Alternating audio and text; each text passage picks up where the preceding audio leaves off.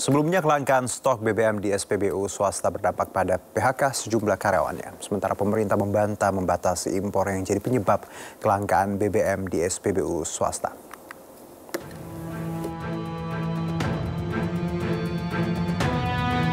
Pemerintah angkat bicara tentang kelangkaan BBM di SPBU milik swasta. Diduga kelangkaan stok BBM ini akibat stok milik SPBU swasta yang mulai kosong. Pihak swasta beranggapan kelangkaan stok akibat pemerintah membatasi kuota impor. Padahal pemerintah telah memberikan kuota impor pada perusahaan swasta hingga 110%. Menteri ESDM Bahlil Lahadalia juga meminta pihak swasta berkolaborasi dengan Pertamina untuk mengatasi kelangkaan stoknya. Jadi gini, saya kan udah ngomong beberapa kali menyangkut SPBU swasta. Yang pertama, SPBU swasta itu sudah diberikan kuota impor 110% dibandingkan dengan 2024. Ini biar clear ya, kita sudah memberikan kuota impor 110%. Jadi, sangatlah tidak tepat kalau dikatakan kuota impornya tidak kita berikan. Contoh, 2024 si perusahaan A mendapat 1 juta kiloliter. Contohnya, di 2025 kita memberikan kuota impor 1 juta kiloliter plus 10%. Berarti 1.100.000 kiloliter. Nah, kalau masih ada kekurangan, kita minta untuk melakukan kolaborasi dengan Pertamina. Kenapa? Karena ini terkait dengan hajat hidup orang banyak. Cabang-cabang industri yang menyangkut hajat hidup orang banyak itu harus tetap dikontrol oleh negara. Supaya apa? Semuanya baik. Ya, gitu ya. Gimana Pak caranya Pak? Pekerja dari Shell dan lain sebagainya kan banyak yang di-layoff juga nih Pak. Sebenarnya mereka bisa melakukan kolaborasi dengan Pertamina. Dan kemarin saya sudah pimpin rapat dengan Pertamina. Dan wamen saya juga sudah pimpin rapat. Tapi nanti saya akan mengecek perkembangan terakhir dari tim yang kemarin saya bentuk untuk mengatasi.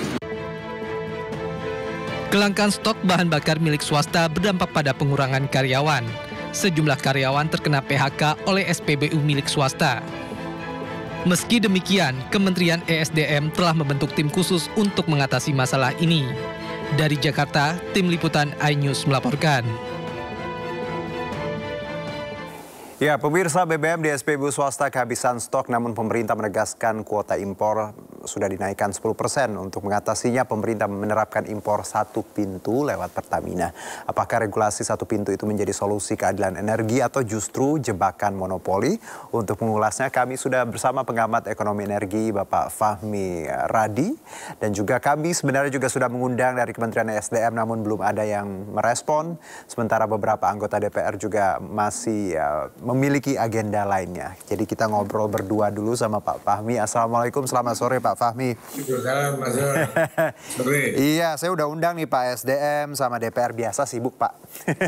Pak Fahmi, iya kalau kita tadi langsung keterangan kan Pak Bahlil baru beberapa jam yang lalu bersama pihak swasta dan juga Pertamina memberikan press release-nya seperti itu. Apa yang Anda catat dari sini?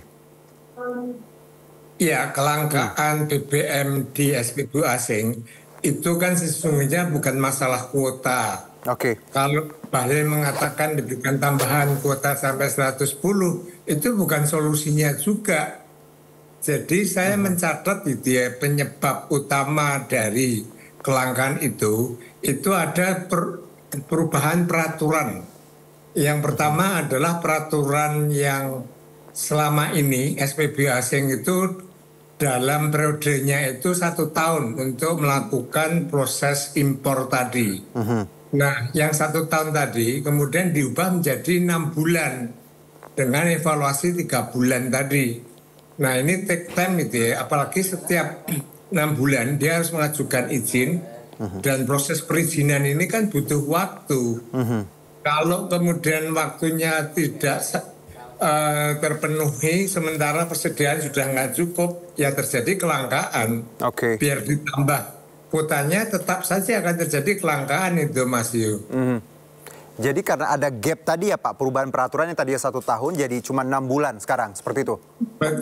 Betul sekali. Itu menurut saya yang kerok dari permasalahan kelangkaan tadi. Karena dia butuh waktu gitu ya. Butuh waktu yang tidak cukup setelah 6 bulan stoknya sudah habis, sementara izin belum keluar. Pak Fahmi, jadi sebenarnya biang keroknya bukan bicara tadi kuota yang ditambah 110%, tapi jeda waktu yang perubahan peraturan yang dibuat pemerintah itu Pak ya? Betul sekali. Oke. Tapi ini jadi tidak ditambah 110, masalah kelangkaan tetap saja terjadi. Nah, Pak Fahmi, tapi ini tidak dijelaskan dalam tadi banyak kesempatan sebenarnya dari pemerintah. Karena yang disebutkan berkali-kali bukan monopoli, aturan udah pas malah dinaikkan 110%. Ya tadi harusnya mereka, kata pemerintah nih ya, swasta punya pertimbangan logistik. Kalau bisa harusnya membaca setahun ke depan. Anda menilai bahwa blaming seperti ini seperti apa? Saya kira Bahlil tidak terbuka gitu ya. Dia menutupi tujuan sesungguhnya apa dari dua peraturan. Peraturan yang pertama itu perubahan tadi. Ini menurut saya seolah-olah membuat kelangkaan. Jadi kelangkaan tadi seperti dibuat dengan aturan perubahan periodisasi tadi. Nah setelah terjadi kelangkaan maka dimunculkanlah peraturan yang kedua dengan mengharuskan impor BBM satu pintu. Dalam hal ini adalah Pertamina gitu ya. Dan secara implisit Bahlil mengatakan ini arahnya ke monopoli. Pertama arahnya ke monopoli. Nah kemudian yang kedua arahnya adalah untuk memenuhi pembelian ke Amerika agar mencukupi sesuai dengan target. Kan ada suatu perjanjian dengan Amerika untuk membeli minyak dan gas. Nah kalau jumlah yang beli hanya Pertamina itu kan tidak cukup. Maka kemudian SPBU swasta dalam tanda petik dipaksa gitu ya untuk membeli di Pertamina, sehingga pembelian Pertamina itu dalam jumlah yang besar sesuai dengan yang diinginkan oleh Amerika. Nah ini nggak dijelaskan oleh Bahlil gitu ya. Baik Pak Fahmi, tapi tadi menarik Pak Bahlil menyebutkan sebenarnya Pak Fahmi bahwa kita ingin swasta maupun Pertamina sama-sama cengli Pak, a.k.a. cuan, untung. Dan semua terbuka dan sudah terjadi agar open book. Anda melihat argumentasi atau alasan ini? Saya kira ngawur itu cenglinya dengan dua peraturan ini menurut saya justru ini bertentangan gitu ya. Jadi perlu saya jelaskan di sini gitu ya bahwa SPBU swasta terutama asing masuk di Indonesia atau invest di Indonesia karena ada suatu kebebasan gitu ya. Kebebasan untuk membuka SPBU di wilayah Indonesia, kebebasan untuk membeli atau impor BBM dari negara manapun, kebebasan untuk menetapkan harga. Nah, selama ini SPBU asing itu melakukan portofolio dalam pengadaan impor tadi. Dia akan mencari dia harga yang paling murah. Atau seperti Shell misalnya, dia akan membeli dari sumurnya Shell gitu, mestinya lebih murah gitu ya. Kalau kemudian dipaksa membeli dari Pertamina, Pertamina kan cengli juga mengambil margin kan, maka harganya lebih mahal. Nah ini akan merugikan gitu ya. Jadi kebijakan yang kedua tadi gitu ya, BBM satu pintu, itu jelas-jelas merugikan bagi SPBU asing dan ujung-ujungnya nanti akan merugikan konsumen itu karena secara teoritis monopoli itu sangat merugikan bagi konsumen. Tadi statementnya KPPU saya kira juga sangat jelas itu ya bahwa tidak memberikan pilihan pada konsumen untuk memilih di mana dia membeli. Kalau selama ini kan hanya Pertamina nantinya itu ya. Nah ini saya kira nggak bagus itu ya, baik bagi SPBU asing maupun untuk konsumen, hanya untuk memenuhi keinginan Amerika. Ini kan nggak benar menurut saya. Baik, jadi Pak Fahmi, kalau saya bisa rangkum beberapa poin bahwa ketika kita bicara kelangkaan ini kompleks ya, ada perubahan peraturan yang 1 tahun jadi 6 bulan, plus tadi Anda melihat bahwa ada upaya agar pemenuhan kuota tadi pembelian dari Amerika itu bisa penuh ya. Kalau Pertamina saja mereka tidak cukup, akhirnya ada skema seperti ini yang dibuat seolah-olah tadi swasta sudah diberikan ruang, padahal tadi akan ada monopoli yang diterapkan. Seperti itu ya Pak Fahmi ya? Betul sekali, dan itu secara eksplisit dikemukakan oleh Bahlil bahwa BBM itu termasuk kebutuhan publik yang harus dikuasai oleh negara. Itu kan monopoli sesungguhnya.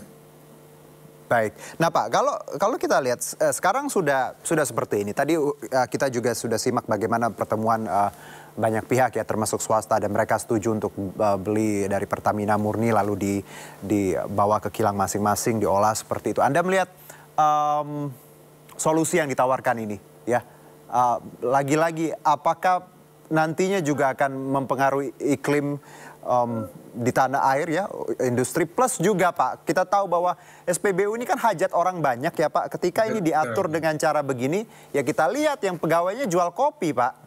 Iya. Nah, jadi kalau misalnya monopoli seperti PLN, itu sejak awal sampai sekarang just oke itu ya, sesuai dengan UUD 45. Tetapi untuk BBM tadi itu kan sempat dibuka.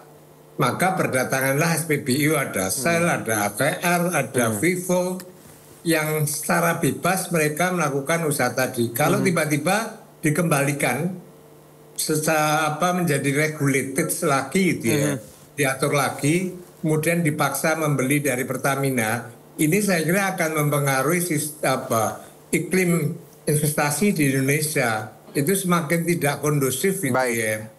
Dan bisa kabur ya Pak ya investor. Nah, saya khawatirnya mereka kabur, dan ini akan mempengaruhi tidak hanya di sektor migas saja, tetapi sektor bisnis lain.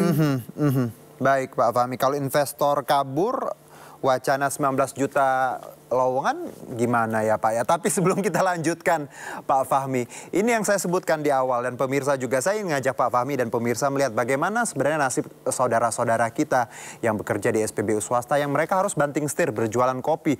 Dan saya pun melihatnya sangat ironis ya Pak, bagaimana janji 19 juta pekerjaan tapi yang kerja sekarang malah banting setir jualan kopi. Bukan jualan kopi nggak bagus, tapi ini ironis di tanah air. Kita simak bersama Pak.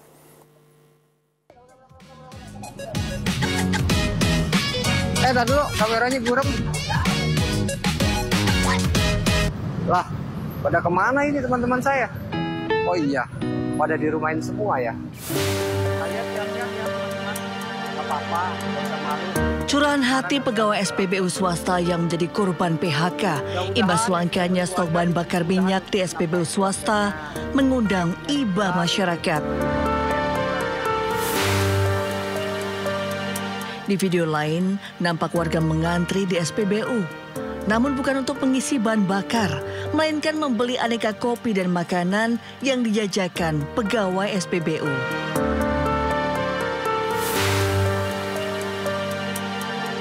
Bagi para karyawan, banting setir jualan kopi bukan soal kreativitas. Namun karena ancaman PHK yang membayang jika kelangkaan BBM entah sampai kapan.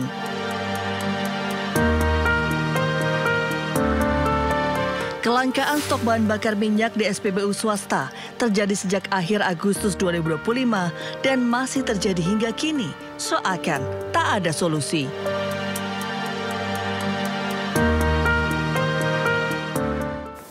Oke Pak, itu tadi bagaimana sebenarnya pekerja memutar otak dan bukan karena kreatif ya Pak, karena mereka ya tadi dirumahkan seperti itu. Nah, Pak Fahmi, kita lihat sebenarnya semuanya ya sekarang sudah diambil tadi keputusannya seperti itu. Lalu menurut Anda adakah hal yang bisa kita lakukan baik itu swasta dan juga masyarakat agar kebijakan ini bisa lah paling tidak dirubah atau win-win solution untuk kedua belah pihak Pak? Nah, saya kira yang pertama tadi kan sudah menimbulkan dampak PHK itu ya. Artinya ini akan menambah runyam masalah tenaga kerja di Indonesia itu ya. Artinya dampaknya itu tadi. Nah, kemudian bagaimana solusinya? Menurut saya kembalikan itu ya aturan yang ada. Misalnya tadi SPBU swasta periodisasinya untuk melakukan impor 1 tahun, kembalikan 1 tahun supaya dia mempunyai waktu gitu ya, waktu yang cukup untuk melakukan impor tadi dari berbagai sumber tadi yang selama itu menggunakan portofolio itu ya. Jadi kembalikan dulu itu tadi. Kalau dia tidak mengubah masih menjadi 6 bulan, saya yakin kelangkaan akan terjadi. Dan sebelumnya kan hampir tidak pernah terjadi kelangkaan di SPBU asing gitu ya. Nah kemudian yang kedua kan ada juga loyal customer pada SPBU swasta tadi gitu ya. Bahkan sepeda motor dia menunggu gitu loh. Nah ini akan dikecewakan kalau kemudian SPBU-nya langka. Dan saya yakin kalau ini terjadi terus-menerus pasti mereka akan bangkrut dan akan hengkang dari Indonesia gitu ya. Yang itu tadi akan mempengaruhi iklim investasi di Indonesia. Dan juga akhirnya dia target Prabowo untuk mencapai pertumbuhan 8% di akhir tahun itu mustahil tercapai karena investasinya jeblok gitu ya. Maka menurut saya yang pertama solusinya kembalikan periode 6 bulan dikembalikan ke 1 tahun. Baik. Nah yang kedua batalkan itu ya kebijakan impor satu pintu tadi. Cari cara lain untuk memenuhi targetnya ke Amerika deh. Jangan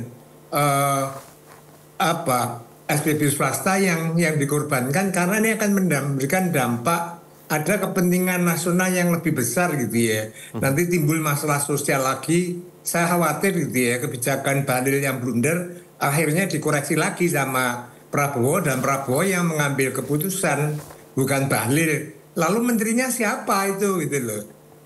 Itu Mas. Baik, Pak Fahmi. Satu Pak mungkin, saya izin saya bertanya ini. Mungkin juga ini pendapat-pendapat ya netizen, saya juga sebagai masyarakat umum.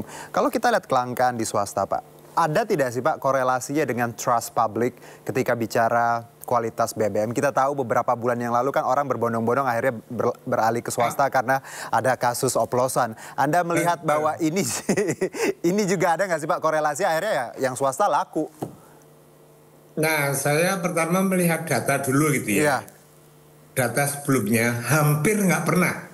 Tolong koreksi saya gitu ya. Hampir nggak pernah kelangkaan di SPB swasta, itu satu. Nah kemudian yang kedua, jualan swasta tadi kan hampir sama dengan Pertamina. Agar bisa memenangkan persaingan, maka swasta menjaga kualitas produk tadi. Yang kedua menjaga service excellent gitu ya. Sehingga tadi sepeda motor aja menjadi loyal customer itu. Nah apalagi tadi Mas Yu mengatakan sebelumnya ada image yang jelek gitu ya. Bahwa Pertamina itu menjual Pertamax rasa Pertalite. Dan itu heboh gitu loh. Ya kan jual Pertamax, kita biar Pertamax tapi rasanya Pertalite. Exactly. Semakin mendorong konsumen untuk loyal terhadap SPBU swasta, sehingga mereka tadi menunggu sampai kapan. Itu seperti itu Mas. Baik Pak, mungkin satu Pak, kalau kita ya sebelum kita akhiri dialog ini bahwa banyak yang kita bahas tadi perubahan aturan dan jangan ngoyo ketika kita tadi target kuota Amerika, harus cari jalan lain ya Pak, dan hormati juga hak-hak bagaimana tadi SPBU asing dan mereka mempekerjakan banyak pekerja kita ya Pak ya.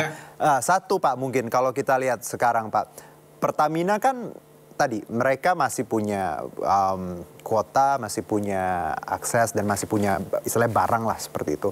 Tapi mungkin kalah bersaing dengan swasta. Anda melihat Pertamina juga harus berbenah nggak sih Pak dalam quote unquote jualannya ke publik Pak?